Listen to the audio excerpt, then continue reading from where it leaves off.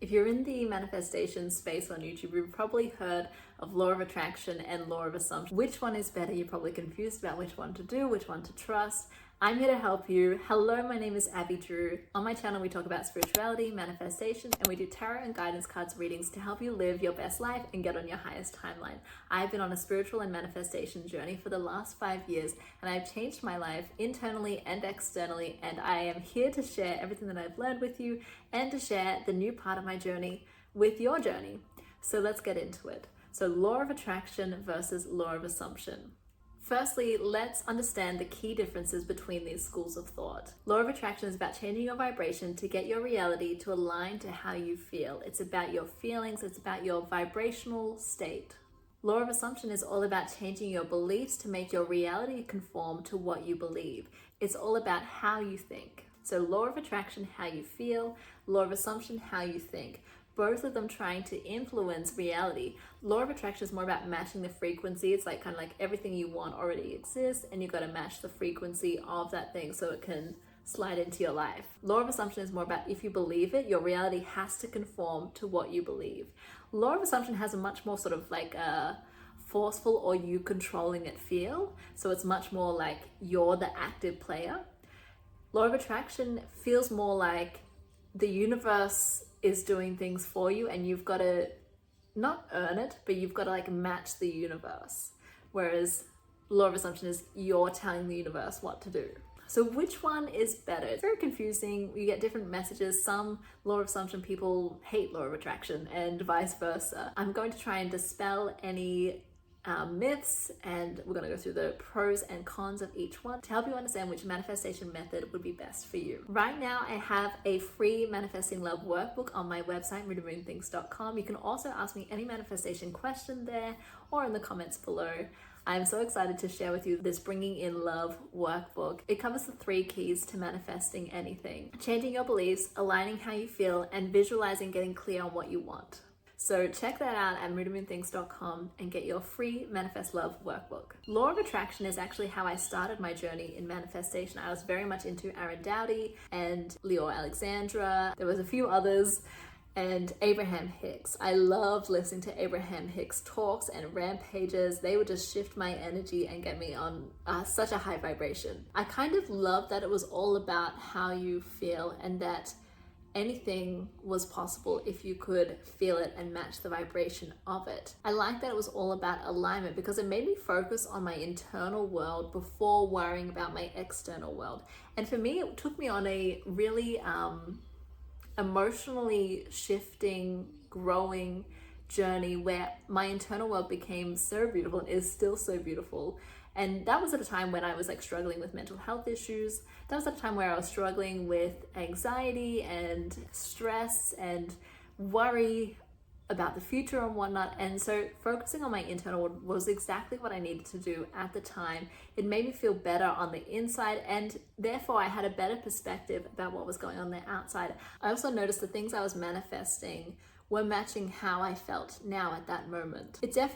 Law of attraction is definitely more of a long-term gain than a sort of short-term manifestation technique, I would say, because it is changing the way you feel, and that's going to radiate throughout all areas of your life, not just the one thing you're trying to manifest. And I kind of like that about law of attraction. Some cons to law of attraction is one, if you are having like an off moment, like something upsets you and you're having a low moment, maybe you're hormonal, you can sometimes get into the mindset of, oh, I've like ruined everything because my vibration is off now. That's not true. You don't have to be on and high all the time for law of attraction to work, because it's more about matching the frequency of the thing you want rather than being happy all the time. I think that's a misunderstanding of law of attraction, is that it's about being happy all the time, no matter what's going on. It's kind of that toxic positivity. That's a misunderstanding of what the law of attraction is about. Pros of law of attraction: it immediately makes you feel better. It immediately makes you focus on yourself rather than the external world. Because sometimes when we're manifesting, we're like, I want this, I want this, I want this. Why hasn't this happened yet? Why isn't that thing out there? It's outside of me here. But law of attraction makes you focus on the inside of you, which I think is a real positive. It also is successful. I've successfully manifested with it. I think it's better for generic manifestations. Like if I try and manifest specific things, I'm going to use law of assumption, and I'll talk about that in a second. And if I want to just manifest like a life that feels great, a beautiful moment, a beautiful relationship, or a interaction with someone, I use law of attraction because it's about the feeling. And if I have lots of resistance to a subject, I'll try and use law of attraction because I don't have to worry about telling myself a truth about something that I'm resistant to. And if I am just if I'm not exactly clear on how I want something to look specifically, I'll use law of attraction because I can just focus on how it feels, and it normally turns out better than what I expect. It is self-focused and a successful method of manifestation to use. Now let's compare it to law of assumption. So law of assumption has I've been using it without knowing that I was using it for a while, but I've been introduced to the law in the last 12 months, I would say. For me, as I said before, it's definitely better for immediate and specific manifestations. Law of assumption, if you don't know, is about controlling your beliefs about a situation so that the reality conforms to it. So for example, if you're trying to manifest a specific person, then you'd be like, specific person, or SP, people use, SP loves me. SP and I are in a loving relationship. SP is always texting me. And sorry, I'm saying it in a voice, but I don't mean to. It is about forming beliefs that something has happened, is happening, is true right now, and then reality conforms to it. An instance of me using this is when I wanted a text from two specific people about two different things. And I've told this story before. I was in my car, I was about to go in to tutor a student. And before it, I was like, when I come out of this tute, I'm going to have a text from so-and-so about blah, blah, blah. And I'm going to have a text about the blah, blah, blah from person B. And I just decided that was it, that was happening. And then I went into my tute, did my thing, came out, had the text. So that was a very specific manifestation. I've also done it with amounts of money. So I've written in my manifestation journal, I had $100 deposited into my account today, blah, blah, blah, blah. So you say it like it's the truth, because it is, because you created it.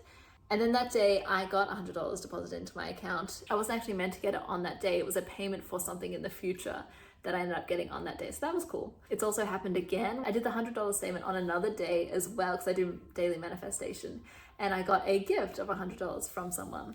So that was really nice. So it's very good for very specific, short-term, small manifestations, I would say. It is really hard to work with the law of assumption when you have a lot of resistance, or when your programming, your beliefs are so against what you want to believe. I talk about this with affirmations.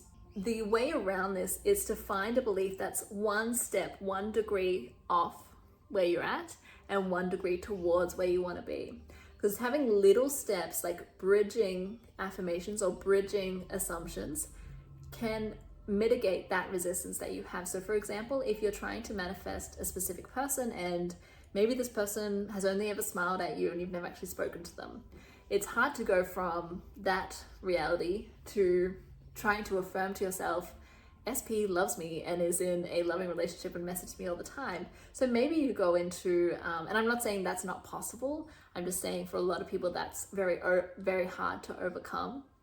So you would start with something like, SP, you'd obviously use their name, SP smiled at me twice today, or SP always says hi to me, SP has a crush on me. Little things like that, little movements to the big one, and that'll help you overcome that resistance that comes up when we robotically affirm or when we're trying to create new beliefs. Cons of the law of assumption, I'm going to say, is robotic affirmation. For some people this really works. Other people, it can make them very anxious and obsessed with keeping on top of their thoughts and saying it to themselves over and over and over again, and it can be very unhealthy for some people who have more maybe of an obsessive personality or an anxious personality. And the other con is it can dig up a lot of resistance, which we just talked about how to overcome that. Pros, it is successful. It's very easy to manifest specific short-term things with it. It also changes your mindset, which in turn will change how you feel about life and your general outlook. It's kind of like changing your glasses that you're looking at life with. And so it is very good. It is going to be a positive change in your life to implement law of assumption. So which one do you choose? If you resonated with one more, then I would definitely go with that. Personally, I integrate both in my manifestation practices, and I would encourage you to do the same because they complement each other. They are both successful methods of manifestation, and where one lacks, the other one picks up the slack. I didn't mean for that to rhyme.